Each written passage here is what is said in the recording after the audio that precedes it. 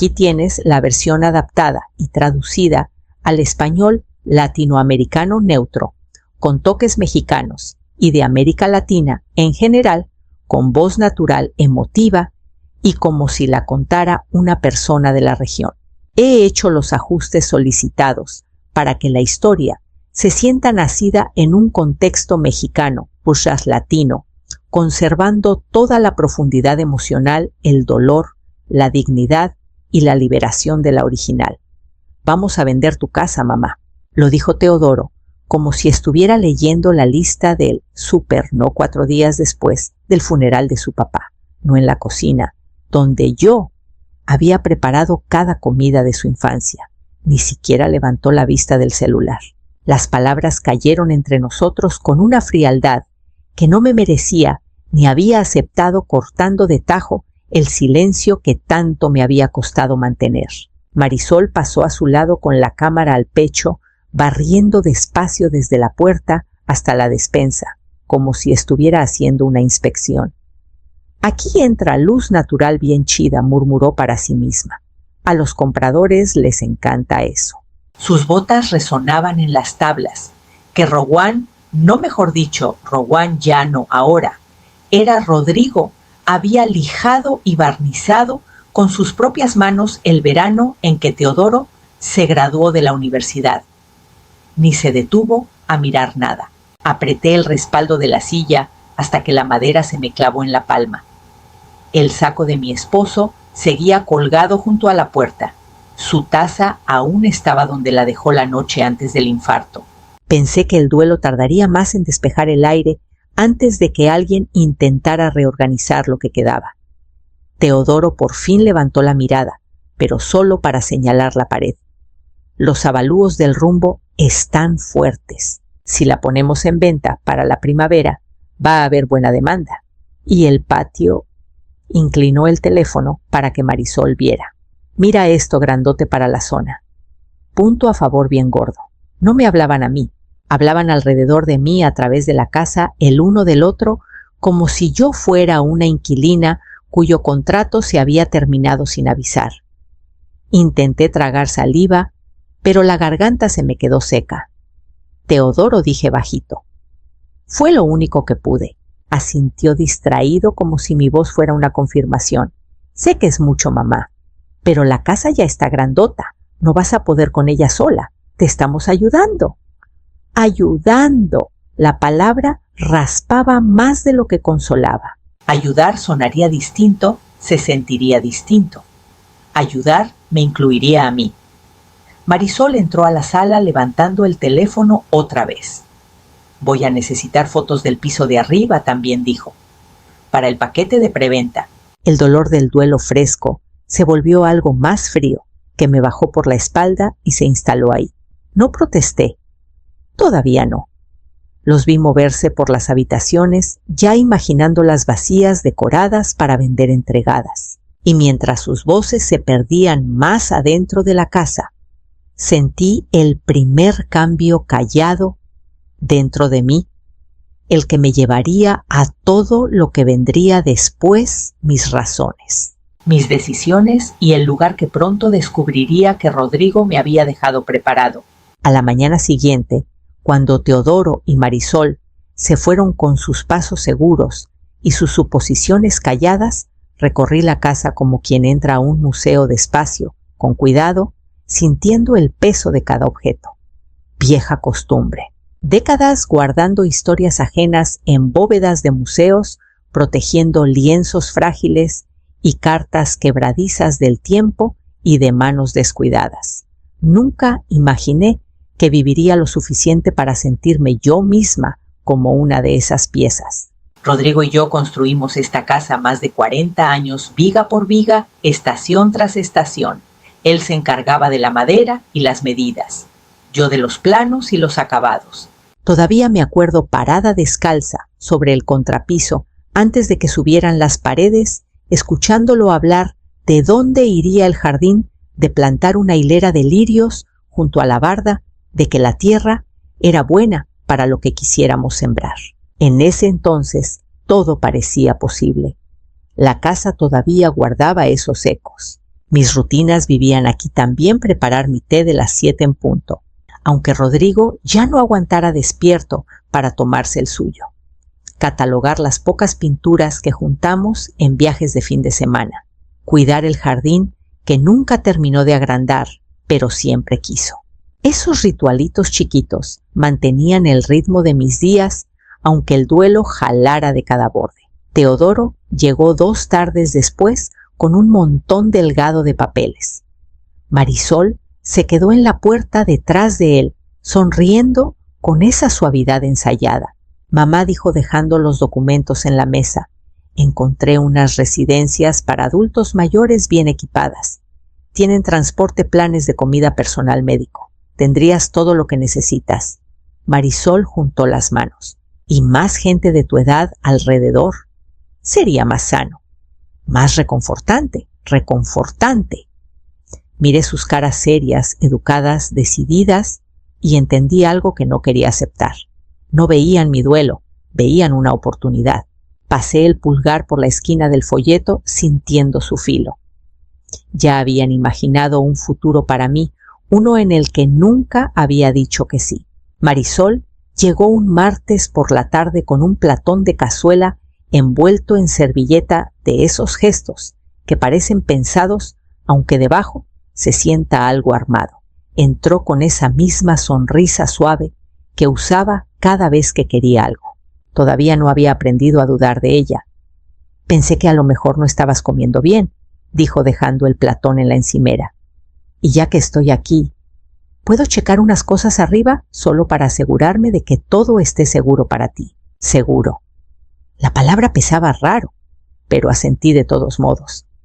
Todavía estaba blanda por el duelo, todavía creía que la bondad era solo bondad. Mientras subía las escaleras, limpié la encimera, escuchando los crujidos de arriba. La casa siempre había hablado claro vigas, asentándose tablas, moviéndose el ronroneo familiar del boiler. Pero esa tarde los sonidos tenían otro tono, uno que no podía nombrar. Marisol se tardó más de lo normal. Cuando bajó el celular en la mano, evitó mirarme. Me dije que no exagerara. Al pasar por la ventana de la cocina para cerrar las persianas, escuché su voz afuera, baja, pero clara, en el aire fresco de noviembre. Una vez que se liste la casa, todo se acomoda, dijo. Solo necesita un empujoncito. Las persianas se me resbalaron de las manos. Algo dentro de mí se movió no con ruido, sino con precisión, como una bisagra olvidada que por fin gira. Me senté a la mesa de la cocina y abrí la laptop. Rodrigo había insistido años atrás en poner a Teodoro en la cuenta conjunta, por si acaso. Tecleé los datos preparándome sin saber por qué. Un retiro. 120,000 pesos. No era mío. Una semana después, otro la misma cantidad. Lo poco que me quedaba de beneficio de la duda se deshizo bajo la luz tenue de la cocina, dejando paso a la verdad que ya sabía que tenía que seguir. Hice la cita con Elena Pike esa misma noche que vi los retiros. No le dije nada a Teodoro ni a Marisol de que iba a salir. Solo me puse el abrigo a la mañana siguiente y manejé hasta la oficina chiquita de Elena en la zona oriente de la ciudad. La sala de espera olía a papel viejo y madera barnizada, un aroma que conocía de años. Elena manejaba el patrimonio de Rodrigo, pero nunca habíamos tenido motivo de hablar más allá de firmas rutinarias y actualizaciones anuales. Me recibió con calidez medida. Mariana, pasa, siéntate. No había sorpresa en su voz, solo una quieta disposición, como si hubiera esperado este momento mucho antes que yo. Cuando le conté de los retiros no autorizados, las fotos que Marisol tomó, los folletos que Teodoro trajo, escucho sin interrumpir. Al terminar, abrió un cajón y puso una carpeta gruesa sobre el escritorio. Me preguntaba, ¿cuándo ibas a querer ver esto?, dijo. La miré confundida. Pensé que los papeles de Rodrigo ya estaban resueltos. No todos. Me la deslizó. Tu esposo era muy minucioso. Adentro había documentos que no reconocía, escrituras, certificados, estados de cuenta. La primera página me quitó el aire. Rodrigo había comprado una cabaña en la Sierra de Puebla, cerca de Zacatlán, una construcción modesta, en varios terrenos de bosque, pagada de contado. Solo a su nombre, y según las instrucciones del testamento, toda para mí. Pasé la página. Una segunda cuenta de ahorros. Más de 7 millones de pesos, actualizada el año antes de que se fuera. Apreté los dedos en el borde de la carpeta.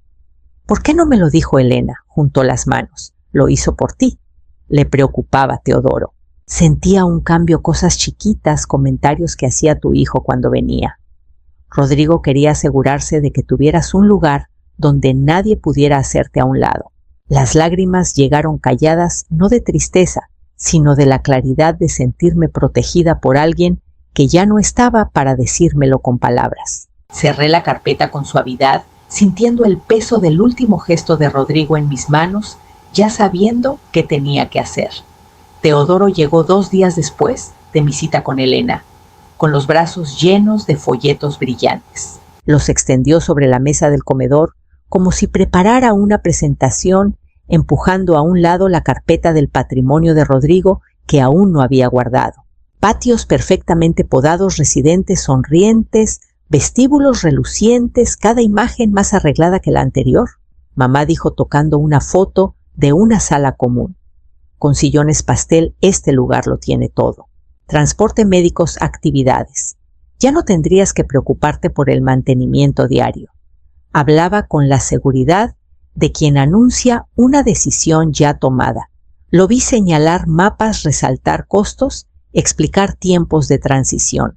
Marisol a su lado asentía en los momentos justos, voz suave, pero insistente. Sería un nuevo comienzo. Necesitas cuidados y compañía. Solo queremos ayudarte. Ayudarte.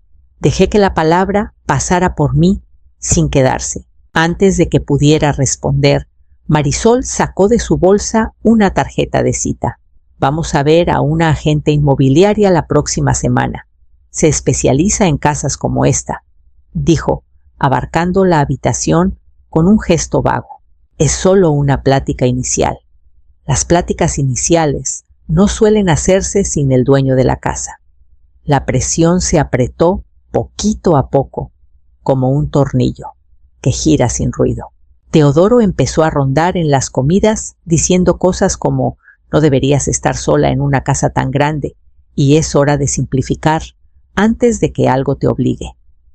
Marisol seguía con ofertas de ayudar con mis cuentas, mi correo, mi agenda. Lo que días antes parecía cortesía, ahora me pesaba como manos empujándome hacia una puerta que no había elegido.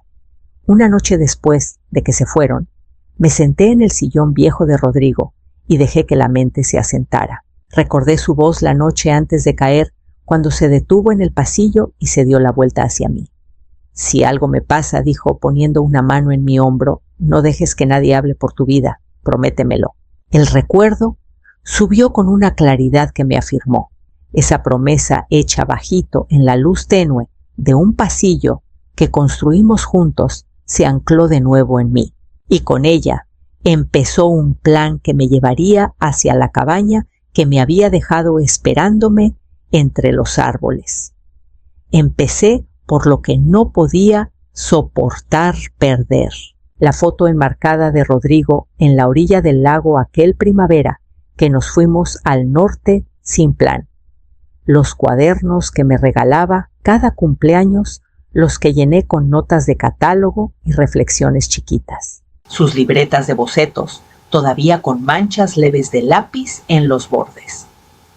Un puñado de recuerditos, nada valioso para nadie más que para nosotros, que aún guardaban el olor tenue de nuestro hogar. Los puse en cajas, con el mismo cuidado que usaba en las bodegas del museo, etiquetando todo con mi letra pequeña y ordenada. El siguiente paso fue menos sentimental. Llamé a un cerrajero local y cambié todas las chapas. No preguntó por qué, solo trabajó en silencio y me entregó un juego nuevo de llaves con un asentimiento respetuoso.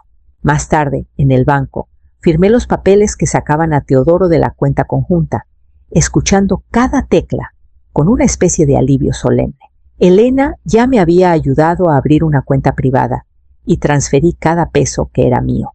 Dejé lo suficiente en la cuenta vieja para no levantar alarmas. Era un colchón pequeño, una cortesía callada que no sabía si debía, pero di de todos modos. Semana tras semana fui moviendo pedazos de mi vida hacia el norte. Un servicio de mudanzas discreto recomendado por Elena llegaba a horas raras y nunca preguntaba. Teodoro pasaba en esos días, veía cajas apiladas en el pasillo. Qué bien, decía, asumiendo que la historia que él había escrito se estaba cumpliendo. Ya te estás preparando. No lo corregí, que creyera que estaba achicando mi vida. No se dio cuenta de que la estaba reubicando. La cabaña me recibió con un silencio la primera noche que llegué. Un silencio que se sintió como la mano de Rodrigo descansando suave entre mis hombros. Desempaqué solo lo esencial antes de abrir un cajón junto a la ventana de la cocina chiquita. Ahí estaba un sobre pegado debajo del marco de madera, mi nombre escrito en la letra inclinada de Rodrigo. Adentro 3 oraciones. Las leí una vez, luego otra. El papel tembló levemente cuando lo apreté contra el pecho, sintiendo la verdad de su previsión afirmarme para lo que venía.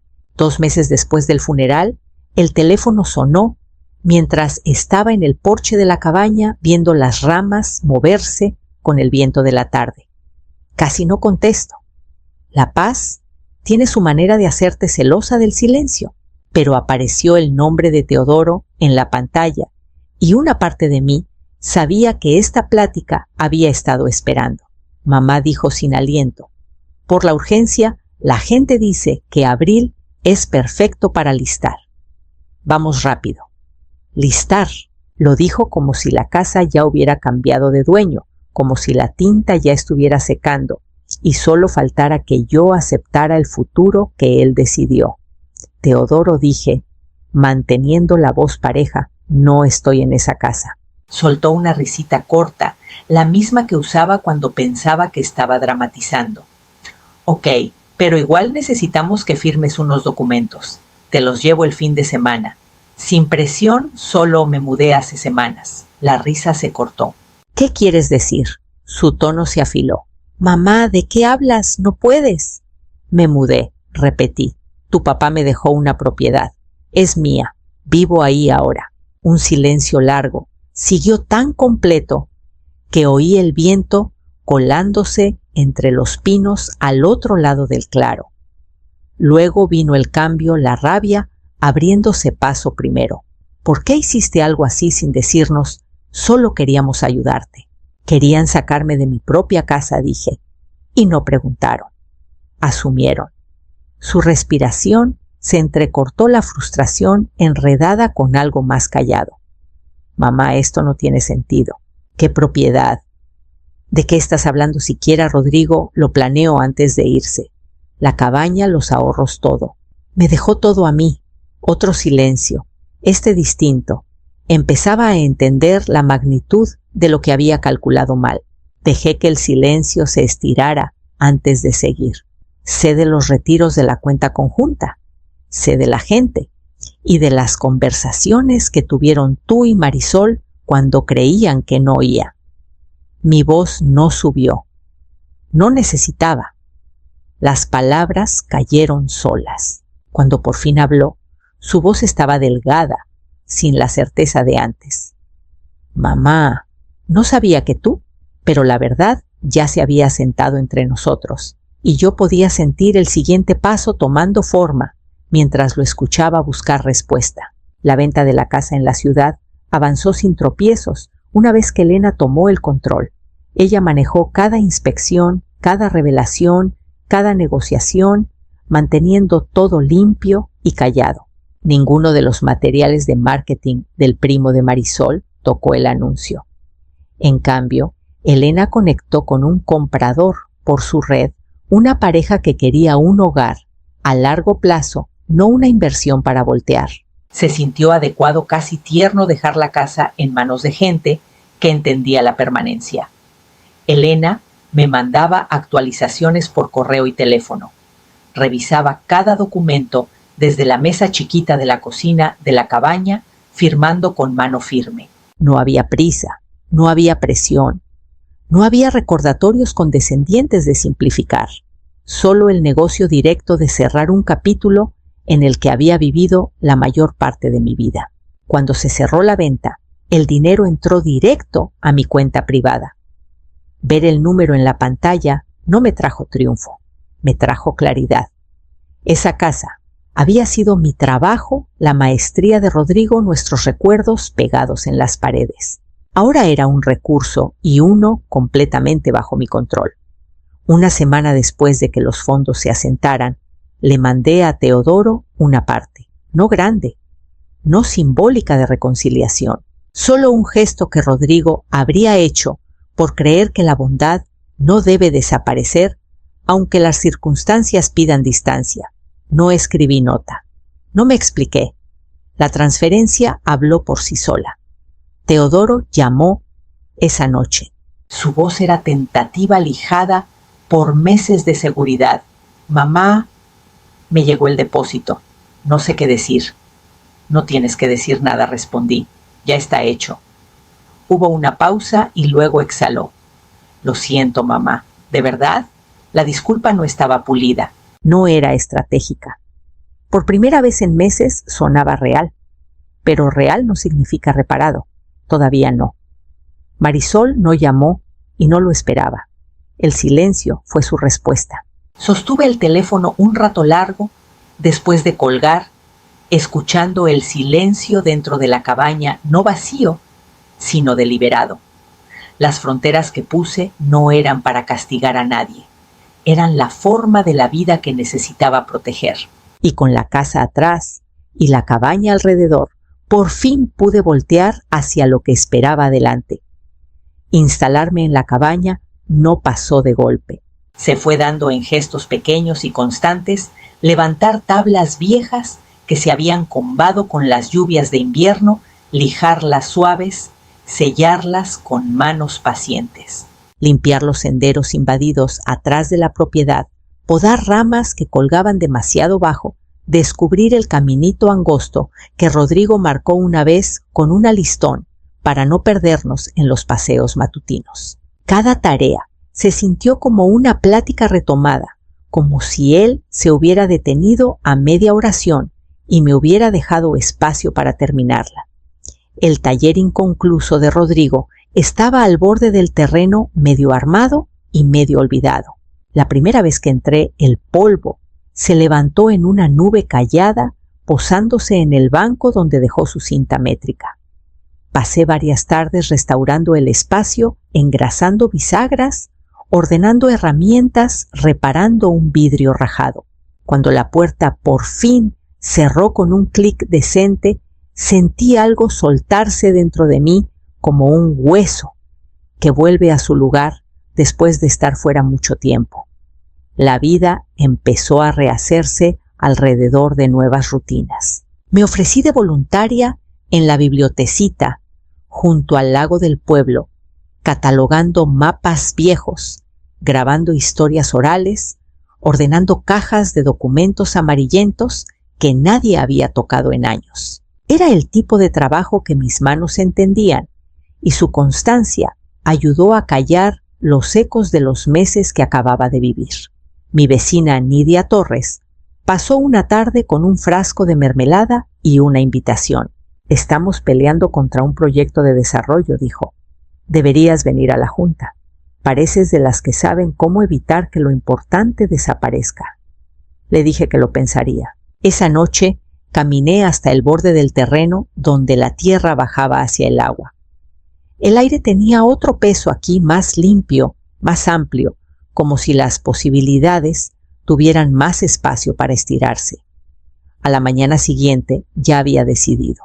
Proteger algo que valía la pena conservar se sentía como una forma de echar raíces de nuevo, no como viuda de Rodrigo ni madre de Teodoro, sino como alguien que todavía moldea su propia vida.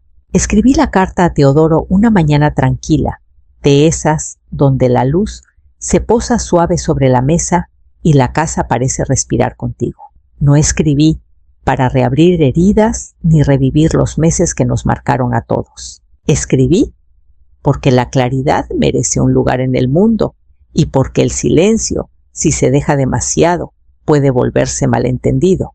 Las palabras salieron lentas al principio. Le dije que estaba bien. Le dije que la cabaña no era una huida, sino una elección. Expliqué que dejar la casa de la ciudad no había sido rechazo, solo preservación. No hablé de traición. No listé lo que me alejó. En cambio, escribí lo que importaba ahora, dónde estaban mis límites, qué esperaba de cualquier relación de aquí en adelante y qué ya no iba a permitir. La bondad guió el tono, pero la firmeza dio forma a cada oración. Cuando firmé mi nombre, se sintió más estable que en meses. Después de pegar el sobre, caminé hasta la pared de la cabaña donde había enmarcado la nota de Rodrigo. 3 oraciones escritas en su letra dispareja, cada una pesando más que todos los folletos, todas las pláticas presionadas, todo el ruido del año pasado. Cada mañana leo la última línea antes de salir. Tú sabes qué hacer cuando el mundo se pone chiquito. Al principio no lo entendí. Ahora sí, no era instrucción. Era fe, su creencia callada de que acorralada encontraría la puerta que era para mí, no la que alguien más eligió. La cabaña guardó su quietud mientras salía al porche. El sendero que limpié la semana pasada brillaba con el sol temprano. Tenía trabajo planeado para el día, ordenar documentos para la biblioteca, dar una mano de tinte fresco a la puerta del taller, caminar la cresta detrás de la propiedad, con Nidia para marcar los árboles en riesgo por el desarrollo que querían meter. Nada me apuraba. Nada me exigía nada. Sentí la tierra bajo mis pies y la reconocí no como herencia, no como refugio, sino como el primer lugar en mucho tiempo donde mi vida era completamente mía. Y con esa certeza, un horizonte distinto empezó a abrirse.